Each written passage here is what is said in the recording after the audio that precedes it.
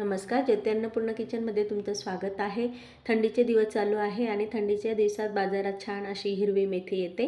ह्या मेथीचे धपाटे बनवण्यासाठी मी घेतलं गव्हाचं पीठ, कळना पीठ, बाजरीचं पीठ, बेसन पीठ, मीठ, जिरं, हिरवी मिरची, लसूण, अद्रक। आता ही मेथी स्वच्छ धुवून घेतली, नंतर बारीक चिरून घेतली। लगेच तिच्यामध्ये सर्व पीठे टाकायचे।